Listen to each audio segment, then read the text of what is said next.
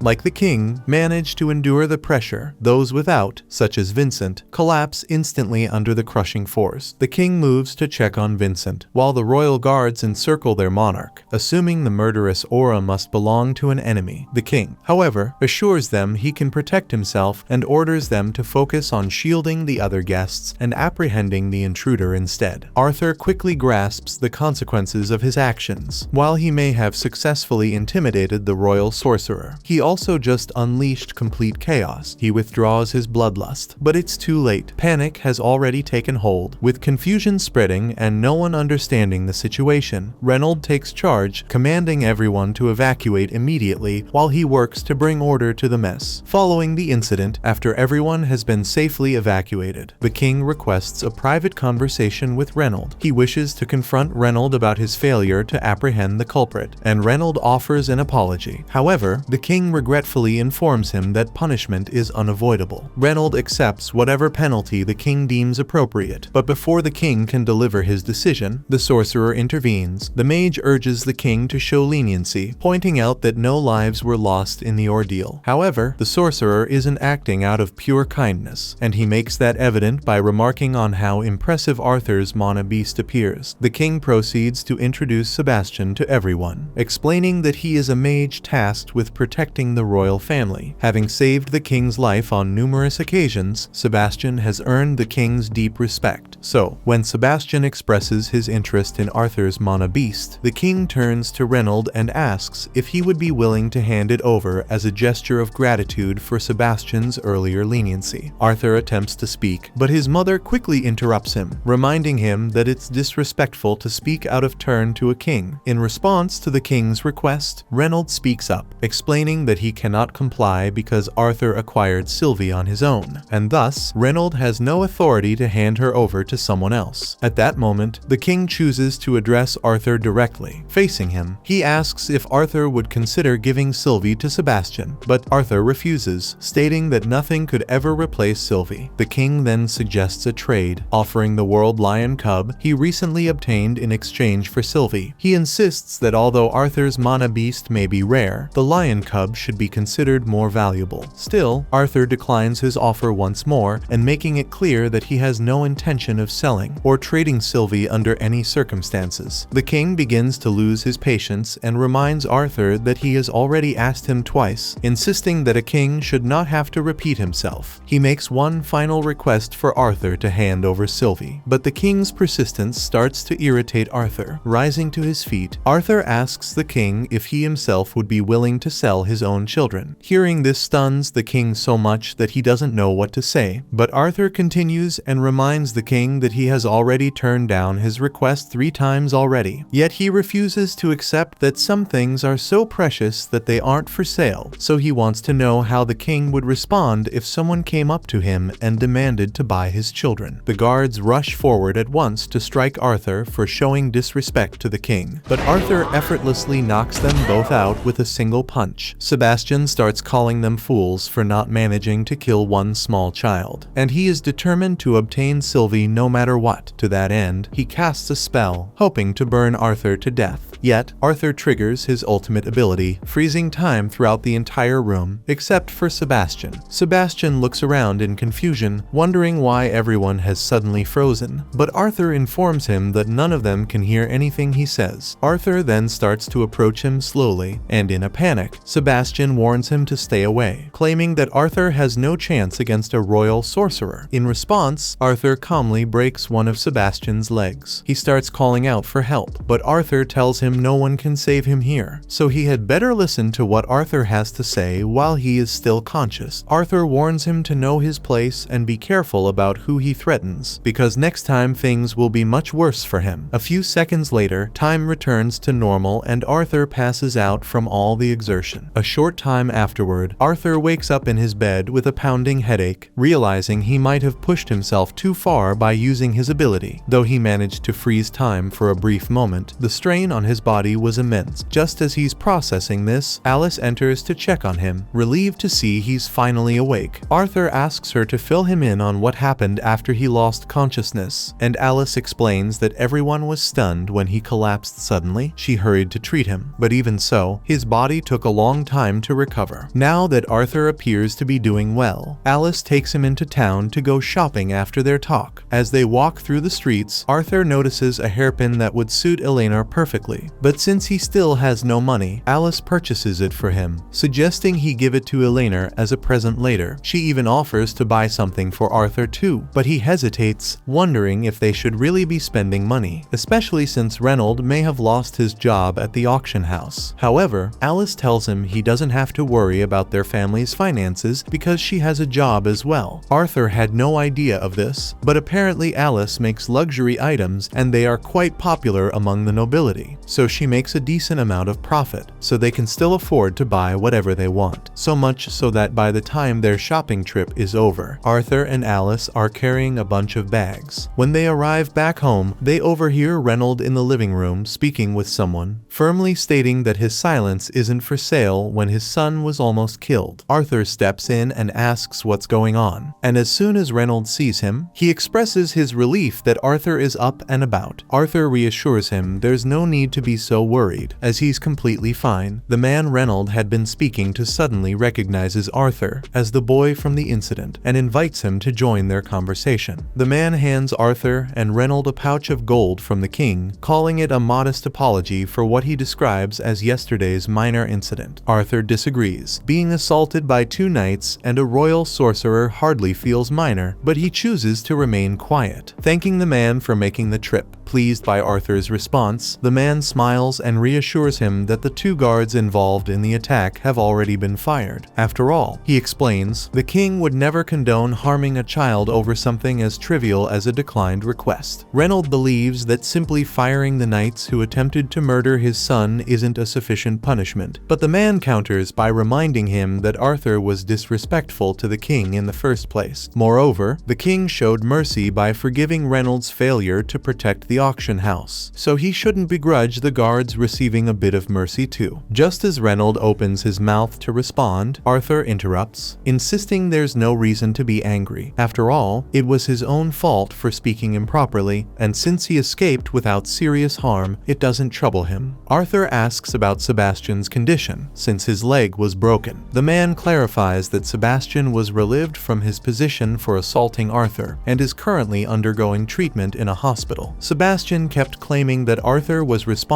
for his broken leg, but that seemed ridiculous. After all, no one witnessed Arthur doing it, and they had been watching him the whole time. Instead, the king thinks Sebastian's own spell must have rebounded, accidentally shattering his leg. The king is deeply distressed that such an incident occurred, which is why he's making such an effort to offer an apology. The man admits that Arthur is a skilled and naturally gifted young man, but he also cautions him to watch his words when dealing with those in authority. After all, not everyone is as lenient as the king. Arthur and Reynolds graciously accept the apology, and once the man departs, Reynolds gives every last coin to Arthur. Arthur questions whether Reynolds is certain about handing over the money, but Reynolds insists it's only right. After all, Arthur was the one who endured the real risk. Not to mention, he'll need funds if he intends to accomplish anything in the days ahead. The events of the day have been a stark reminder for Arthur, though he may have once ruled as a king in his past life. Here, he's still just a powerless child. If he wants to stand against political influence, he'll have to gain some of his own. To achieve that goal, the very next morning, he heads straight to the Magic Academy. However, the moment he arrives, he notices an owl. The creature takes flight, and Arthur immediately pursues it, only to realize that it's a trap. Once he's far enough away, he meets an old woman, and she's been waiting for him. As the head of Xyrus Magic Academy, she occupies a position of great prestige. Her influence reaches across many realms, which is why few have the opportunity to meet her in this manner. From Vincent, the director has received numerous positive reports about Arthur, though she isn't the type to take rumors at face value. To determine whether Arthur truly deserves his reputation, she intends to put him to the test. First, she attempts to intimidate him with her overwhelming magical energy, yet Arthur stands firm, unshaken. Still, even though he manages to endure it, he acknowledges that the director's strength is genuinely terrifying, but that's only natural when confronting the individual who wields the most advanced magic in the entire nation. He intends to demonstrate his true potential, proving that Vincent's praise of his skills was no exaggeration. To start, he envelops himself in wind magic. At the same time, he manipulates earth magic to lift several rocks from the ground. Then, using the wind to accelerate their speed, he hurls the rocks toward the director, only for her to effortlessly deflect them with a single hand. In the next moment, Arthur summons multiple flaming knives behind the director's back. Yet, before even a single one can strike, she effortlessly scatters them all with a burst of wind magic. Stunned by how casually she counters every attack, Arthur's frustration grows, leading him to recklessly rush forward. But before he can close the distance, a powerful gust of wind erupts from the director, sending him tumbling backward. Arthur crashes to the ground, the outcome undeniable. In his current state, defeating the director was never within his reach. Yet despite his loss, the director isn't displeased with how he fought. She acknowledges his remarkable talent, but points out his tendency to overestimate himself, which led him to believe he could overpower her. To truly show him the extent of her strength, the director declares that Arthur's final trial will be simply remaining conscious after enduring her next strike. With both arms raised, she releases a devastating pulse of sound magic directly at him. The force is overwhelming. Nearby boulders fracture instantly, and Arthur's ears ring violently, pushed to their very limit. Yet Arthur grits his teeth and holds his ground, refusing to fall even as the assault continues. The director finds herself genuinely amazed by his stubborn endurance, so much so that she considers personally mentoring him. But before accepting, Arthur has some terms of his own to lay out. He approached her solely because she holds the power and influence necessary to protect his loved ones. He tells her that if she can guarantee the safety of his family and friends, he'll agree to join the academy and submit to her guidance. The director is taken aback by Arthur's boldness, as the offer clearly favors him. However, Arthur is confident in his own value, and the director can't deny it. Knowing students with his talent are rare, just as the director is ready to accept his terms, Arthur brings up one final condition. He explains to the director that he'll only enroll once he meets the official age requirement, as he prefers to be around peers his own age. The director questions his decision, pointing out that this would push back his enrollment by 3 full years. However, Arthur responds by saying he intends to live his life to the absolute fullest. To achieve that, his goal is to become an adventurer and journey across the entire continent. The director can see that Arthur is unwavering in his decision, so she knows there's no chance of persuading him otherwise. She asks whether he's already discussed this choice with his parents, but Arthur admits he still needs to go home and talk to them first. The director then tells him that if he can secure his parents' approval, she'll accept all of his conditions. However, the moment Arthur arrives home and announces his plan to become an adventurer, Alice shuts it down immediately, refusing to allow it. Reynolds pleads with her to at least hear Arthur out, but Alice refuses. Arthur has only just returned after being away for years, and she can't bear the thought of losing him again. Reynolds tries to ease the tension by suggesting a compromise. What if Arthur had a guardian to accompany him on his travels? Still, Alice isn't willing to accept. That's when Arthur steps in, assuring her that he won't be gone nearly as long as he was before. Arthur explains that his adventures will only take him away for short periods, allowing him to return home every few months to see them. This reassurance makes Alice relax slightly. Plus, Arthur clarifies that he doesn't plan to leave right away. He still wants to spend more time enjoying life at home before leaving, but he also feels the need to travel across the Decathan continent, as there's still so much he doesn't fully understand. Besides, staying here and training alone for years would be incredibly boring. He wants a chance to put his skills to the test in real situations. Alice isn't as against the idea of Arthur adventuring now, but her concern hasn't completely faded. She makes him swear that he won't hide anything from her. Arthur agrees to be totally open with her, though deep down, he knows there are plenty of things he'll still have to keep from his family. Moving forward, Reynolds still believes having a guardian for Arthur is a smart move, given how risky adventuring can be, so he reaches out to his friends to see if any of them would be willing to take on the responsibility. Unfortunately, he doesn't have much to offer in terms of payment, but he assures them that he'll find another way to repay their kindness. However, the members of Twin Horn tell him not to worry about money. They're all friends, and they'd be more than happy to give up some of their time to support Arthur. However, Adam immediately refuses. He despises babysitting duties, and he's genuinely concerned that he and Arthur might fight, so much so that Arthur could end up killing him one night. The others nod in agreement, admitting it's a terrible idea since Adam is so irritating that Arthur might actually be tempted to kill him. At that moment, Jasmine lifts her hand and volunteers for the job instead. Everyone is caught off guard by this, especially since they all know Jasmine dislikes protection jobs even more than Adam does. But she says that if it's for Arthur, she's willing to take it on. Reynolds is thankful for her offer, and with that, the decision is made. Like Arthur, Jasmine is an augmenter, and she's recently advanced to the light orange stage. On top of that, she gets along great with Arthur, making her an ideal choice for a role like this. Now that Arthur's guardian has been chosen, Arthur asks Reynolds if he can stop by the auction house because he still needs to pick out a sword, and Reynolds has no problem with it, so he puts in a request with Vincent. The following day, Arthur meets with Vincent and explains that he needs a sword for his adventurer admissions test. Vincent tells him he's welcome to browse as much as he wants. With so many swords in Vincent's collection, it's clear it'll take a while to go through them all. By the time dinner rolls around, Arthur still hasn't returned. Alice begins to grow anxious and considers whether she should go search for Arthur. Reynolds reassures her that selecting the right weapon takes time, so it's better to just wait patiently for him to make his choice. Meanwhile, Arthur is deep in frustration. He's examined countless swords by now, yet not a single one has managed to spark his interest. Most sword fighters in this world are augmenters, so the swords available are usually double-handed blades or really big one-handed blades, and that won't work for Arthur since his small body can't handle a weapon like that. Just then, Sylvie gets Arthur's attention and leads him over to a stick she found on the ground. Arthur doesn't understand why Sylvie is so fixated on the staff, but he decides to pick it up anyway. To his surprise, it's much heavier than it appears. He also notices that it feels unbalanced, nothing like a normal staff, as if there's a blade hidden inside. Curious, Arthur tugs on what looks like a handle, trying to draw it. After channeling a bit of mana into it, glowing letters suddenly flash before his eyes, and the sword begins to slide free from its sheath. This is the first time Arthur has seen a sword with a blade like this, so he takes a few practice swings, but it's too heavy for his body to handle naturally. However, even with the weight, the sword's quality is still good enough that Arthur is able to effortlessly cut a barrel in half. While Arthur is inspecting the blade, the sword suddenly zaps his hand, so he accidentally drops it. But when he picks it up again, he immediately notices something different. The weapon now feels perfectly balanced, and its size and shape seem to fit his body flawlessly. Arthur is intrigued, especially since, in his past life as a king, he had owned many exceptional swords, yet none of them had ever felt as tailored to him as this one does. He then decides to try it out on another barrel, and he is easily able to destroy it in one swing. Just then, Vincent and Reynold all walk in because Arthur has been gone for an awfully long time and dinner is starting to get cold. They ask Arthur if he has found the sword that he likes yet, but Arthur hasn't made up his mind yet, so he takes a random sword and says this is his choice. Reynold picks up the sword and, after giving it a quick test, realizes there's nothing particularly special about it. Still, if Arthur insists that this is the one he wants, Vincent tells him he's welcome to take it. At that moment, Vincent spots the staff attached to Arthur's hip and questions him about it. Arthur quickly comes up with an excuse, explaining that it's just an ordinary old staff he came across, and he only intended to use it for a few practice swings since it's clearly not a sword. Vincent, surprised, mentions that he wasn't even aware he had a staff like that in his warehouse, so he instructs Jameson to double-check the inventory. Jameson informs him that an old man just threw the staff at him one day after saying it was worthless. By all appearances, it's just a sturdy staff, and even after taking it to many appraisers, they all told him it was just a regular staff, but it was a cool-looking staff, so Jameson decided to store it in the warehouse. Arthur begs Vincent to let him keep the staff, and since Vincent isn't sure what to do with it himself, he allows Arthur to take it too. Over the next few weeks, Arthur cherishes the moments he shares with his loved ones, all while getting ready for his upcoming journey. Before he even realizes it, Arthur's 9th birthday arrives, a celebration is thrown in his honor, and later, everyone comes together to present him with their gifts. The first present Arthur unwraps is a glove from Alice, embedded with gems infused with healing magic. It's something he can use if he ever gets hurt. Next is Vincent's gift. He presents Arthur with a pair of rings, explaining that they're meant to ease Alice's worries. Essentially, Alice's ring will alert her if Arthur's mana drops to a critical level, it'll glow, signaling that he needs help. The last present comes from Adam, a magical scroll capable of transmitting sound. With it, Arthur can record a message and send it back home, allowing Alice to reply. Grateful, Arthur thanks everyone for the amazing gifts. Since he's set to depart the next day, he makes sure they all know just how much he values everything they've done for him. Alice pleads with him to stay safe while he's away. She tells him it doesn't matter if he becomes powerful or wealthy. All she truly cares about is him coming back unharmed. That evening, Arthur gathers and organizes all his equipment. Though his heart aches at the thought of parting with his family so soon, he's determined to become stronger, to ensure he'll never have to lose them. To achieve that goal, he knows he must seek out new experiences and grow stronger. Once everything is packed and prepared, he makes his way downstairs, where his family gathers for their last farewells. Reynold gives him a firm warning. While Arthur may be skilled, he shouldn't let overconfidence lead him into danger. Yet Reynold also makes sure Arthur understands that through all his travels, the family will be cheering him on without fail. With that, Arthur bids farewell to his mother and father. The moment he steps outside, he finds Jasmine standing there, ready and waiting for him. Arthur begins his path to becoming an adventurer by getting officially registered. He and Jasmine go directly to the Xyrus Adventurers Guild, where Arthur enrolls for the rank assessment exam. Though unfamiliar with a procedure, after signing up, a guild staff member guides him to another room. Seeing Jasmine's expression, Arthur feels optimistic about how things are progressing. Arthur wears a mask as an adventurer to avoid making enemies who might later target his family. He also doesn't want his family's reputation to affect his rank evaluation. However, since Jasmine isn't a class adventurer, her influence could still play a role. The two are introduced to Caspian Bladeheart, the guild leader, who explains to Arthur that he would normally need to pass a written test and have his mana core evaluated before the official rank assessment. However, because Jasmine is vouching for him, and Caspian is well acquainted with her father, he's willing to make an exception. Since Arthur is is hiding his identity behind a mask. Caspian says he doesn't need to use his real name for the registration, but he will need to come up with an alias. Arthur then chooses Note as his official adventure name. Once everything is arranged, Caspian instructs Arthur and Jasmine to follow him to the arena for the assessment. On the way, Arthur questions Jasmine about her relationship with the guild master, noting how helpful he's been. Jasmine admits she's familiar with Caspian, but clarifies that it's actually her father who has strong ties to the guild, not her. Upon reaching the assessment arena, the doors swing open to reveal an ongoing battle between two mages, Diane, a young water mage, and her instructor midway through her evaluation exam. Arthur watches as their clash unfolds before him. Diane launches a blast of water at the instructor, but he effortlessly counters it and disappears in a cloud of steam. Before she can react, he suddenly reappears behind her and taps her on the head. While he commends Diane's impressive casting speed, he notes that her defense is severely lacking, placing her in the C-class rank. Diane looks thrilled with the result, and Jasmine explains that earning a C-class at her age is a notable achievement for a mage. Next is a boy named Elijah Knight, but before he can even start, the instructors ask him to hold on for a moment. After a quick discussion among themselves, they decide to let him skip the exam entirely and declare him a B-class adventurer. The unexpected announcement stuns everyone watching, including Jasmine and Arthur, but since there's no valid reason to object, the evaluations proceed as planned. The next examinee is an arrogant young boy named Lucas Wykes. Though his haughty attitude irritates the instructor, she can't ignore his remarkable talent. Despite being only 11 years old, he's already reached the light orange stage in his monocore, a nearly impossible feat for his age. Arthur observes Lucas's pointed ears, which remind him of Tesha, leading him to conclude the boy must be an elf. However, it's unusual to encounter an elf in the heart of a human kingdom. The moment the exam starts, Lucas raises his staff and chants, summoning a flaming guardian to assault the instructor. Yet, with a single earth spell, she shatters it effortlessly. Lucas dashes up a rock pillar, slams his staff down, and unleashes a massive firestorm into the air, but the spell is so powerful that he can't control it. In a matter of seconds, Lucas loses control of his flames and almost ends up getting caught in his own explosion. The instructor quickly steps in, using her earth magic to snuff out the fire. When it's all over, Lucas is unharmed, but in the process his ego was hurt. The instructor compliments Lucas on his impressive power. However, Lucas is too bitter about his loss to pay attention to any of her feedback, and in a fit of frustration, he suddenly attempts to launch a surprise attack while she's still explaining his mistakes. Luckily, Arthur quickly drops his sword to deflect the spell, and the instructor realizes that Lucas is a hopeless case with no sense of responsibility. She gives him a B rank, seeing his complete lack of self-discipline. Lucas erupts in anger, shouting about getting his father involved, but the instructor just grabs him by the collar and hauls him out of the arena. Now it's Arthur's turn for evaluation, and he steps forward, deciding to stop holding back. He finally takes the test seriously. The sheer intensity of his aura is so overwhelming that the instructor immediately shifts into a defensive stance. At that moment, Caspian steps into the arena and announces that he'll be handling Arthur's assessment himself. The instructor hesitantly questions if that's appropriate, pointing out that having a double-a-class adventurer like Caspian is a bit excessive for a simple exam. But Caspian reassures him, saying it'll just be a light spar. Caspian turns to Arthur and asks if he's alright with the arrangement. Arthur hadn't anticipated facing one of the guild's top fighters that day, but he's excited for the challenge. After the shortened match, Arthur is officially registered as a B-rank adventurer, marking the beginning of his journey and the start of a new chapter in his life. Meanwhile, the two instructors head to Caspian's office and question him about the unusually high number of B-rank adventurers this year, especially since they're all children. Caspian calmly explains that 6 months ago, a youth cultural exchange occurred. Though it wasn't publicly announced, some children from other races were granted official certifications, permitting them to become adventurers in Sapin. Lucas Wykes falls into this category. His half-elf heritage is obvious. Despite his rule breaking, the Wykes family's clout might eventually secure him a promotion. However, since the Wykes lineage is purely human, it's probable that Lucas was born to an enslaved elf. As for Elijah Knight, the instructors weren't given any details about him, and he was promoted to B class without taking the test. However, that's only because he has a powerful connection vouching for his abilities, so Caspian's hands are tied and there's nothing he can do about it. The instructors ask who's backing Elijah, and Caspian explains that Elijah is a human raised in the dwarf kingdom. He was sent as a representative to get used to living among humans, but the guild has limited authority when it comes to dealing with him. Arthur was the last among the examinees, and the instructors still find it puzzling that Caspian insisted on evaluating him personally. Yet the truth is, Caspian knows nothing about Arthur, not even his real identity. The only thing he's sure of is that Arthur doesn't represent any of the kingdoms. Still, Caspian suspects that Arthur must have some influential ties, given that his guardian is the daughter of the renowned Flamesworth family. On top of that, the way Arthur handles a sword is reminiscent of a seasoned master.